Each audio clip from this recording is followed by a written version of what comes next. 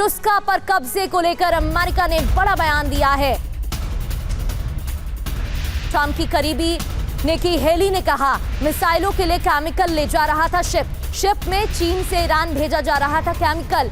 Iran को चीन की मदद का सच सामने आया। अमेरिका की तरफ से पहले भी कई बार दावा किया जा चुका है कि चीन ईरान की मदद कर रहा है। अब इस बड़े खुलासे के बाद जो अमेरिका की तरफ से दावा किया गया है, कई सवाल उठ रहे हैं। क्या टुस्का से चीन ने भेजी थी मदद? क्या ये सच है? क्या कह रहा है अमेरिका का, क्या है दावा? शिप में सैन्य उपकरण बनाने में इस्तेमाल होने वाले सामान मौजूद थे। इतना ही नहीं, शिप में मिसाइल बनाने में इस्तेमाल होने वाले केमिकल भी भरे हुए थे। आगे कहा गया, पहले भी शिप से दोहरे इस्तेमाल वाले सामानों का परिवहन हो चुका है और इस वजह से इसे रोका गया। इस तरीके के बयान दिए गए। मेटल, पाइप और इलेक्ट्रॉनिक उपकरण भी शिप पर मौजूद थे। कहां से आ रहा था ये शिप और कहां जा रहा था, ये भी आपको बताते हैं। मलेशिया के पोर्ट से आ रहा था शिप और बंदर अब्बास पोर्ट तेहरान जा रहा था शिप। टुस्का को बीच ही रोका गया और फायरिंग की शुरुआत होती है। कल क्या हुआ था? अमेरिकी नाकाबंदी को तोड़कर शिप आगे बढ़ने की कोशिश कर रहा था। इसी दौरान 6 घंटे के ऑपरेशन में पहले शिप पर फायरिंग की गई। अमेरिकी नेवी की तरफ से यूएसएस त्रिपोली से मरीन कमांडोज हेलीकॉप्टर से पहुंचे और टुस्का को कब्जे में लिया। इंजन को नुकसान पहुंचाने के बाद शिप पर कब्जा कर लिया गया था, जिसको लेकर डोनाल्ड ट्रंप का एक पोस्ट भी सामने आया। शिप पर कब्जे के बाद पूरे सामानों की तलाशी भी ली गई थी, जिसके बाद अब ये दावा अमेरिका की तरफ से किया जा रहा है।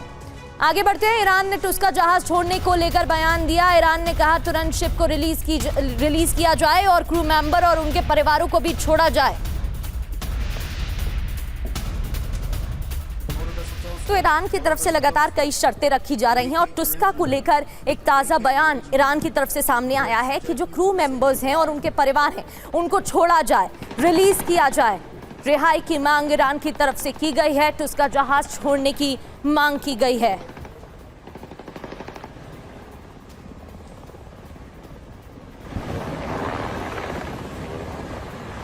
तो वार्ता से पहले टुस्का पर टेंशन और बढ़ गई है। ईरान की यूएस को धमकी भी मिल चुकी है। ईरान ने तुरंत कार्गो शिप को छोड़ने को कहा है।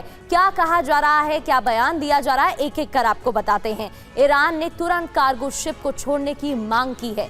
जहाज के क्रू मेंबर्स और परिवारों को भी छोड़ा जाए, ये कहा गया है। जहाज पर कब्जे को समुद्री डकैती ईरान ने कहा है। शिप पर कब्जे का बदला लेने की बात कही गई थी। ईरान कोई भी फैसला लेने से पीछे नहीं हटेगा। ईरान अपनी सभी क्षमताओं का इस्तेमाल करेगा। तनाव बढ़ने की सारी जिम्मेदारी यूएस की होगी, ये भी ईरान ने अपने बयान में दिया। अब्बास अराक्ची की तरफ से बयान सामने आ चुका है। तालिबाफ ने बयान दिया। यहां तक कि राष्ट्रपति मसूद पेजेश्कियन भी कह चुके हैं, सरकार के रवैये पर सवाल उठा चुके हैं। बढ़ते आगे, इस्लामाबाद वार्ता में शामिल होगा ईरान, बड़ी खबर है। एक्सक्यूज के हवाले से बड़ी खबर। ईरान के सुप्रीम लीडर मुस्तफा ने हरी झंडी दी, इजाजत दी। बुधवार को इस्लामाबाद बातचीत संभव।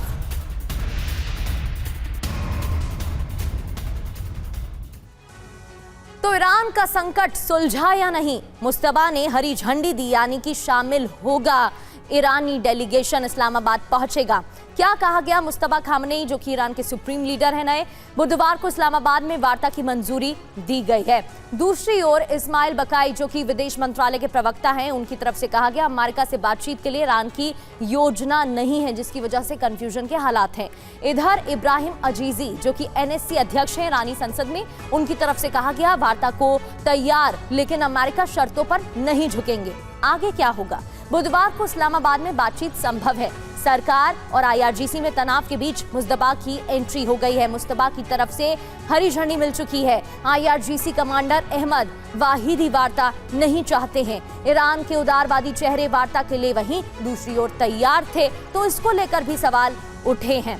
ईरान के पास नहीं रहेगा परमाणु हथियार, ये किसने कहा? डोनाल्ड ट्रंप ने रॉयटर्स से फोन पर बात करते हुए ये कहा, ईरान के पास परमाणु हथियार का कोई चांस है ही नहीं। परमाणु हथियार से दुनिया तबाह हो सकती है।